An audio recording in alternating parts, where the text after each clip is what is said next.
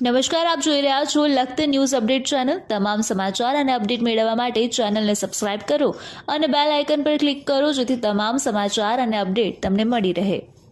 ઓળક ગામની સીમમાં આવેલ તળાવમાંથી ઘાયલ રાષ્ટ્રીય પક્ષી મોરનું રેસ્ક્યુ કરી સારવાર કરી ફોરેસ્ટ વિભાગને જાણ કરતા સેવાભાવી યુવાન મોરને કોઈ અજાણ્યા પશુ પક્ષીએ ઘાયલ કરતા મોર બચાવવા માટે પાણીમાં ઉતરી ગયો હોવાનું અનુમાન લગાવવામાં આવ્યું।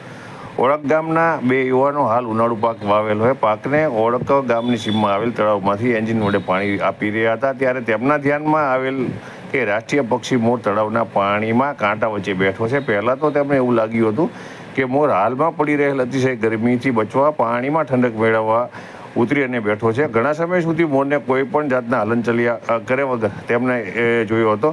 એક ધારો મોર બેઠો હોવાથી કંઈક અજુગતું બન્યું હોવાનું બંનેને લાગતા બંને યુવાનો આ ગામના જેમના નામ પ્રવીણભાઈ ઠાકોર અને રામદેવભાઈ મજેઠિયા છે તેઓ મોરને તળાવના કાંટામાંથી જીવના જોખમે પાણીમાંથી બહાર કાઢ્યો હતો અને મોરને તેઓ ઘરે લઈ ગયા હતા અને તેમની ગામથી કોઠા સૂઝ પ્રમાણે પ્રાથમિક સારવાર આપવામાં આવી હતી।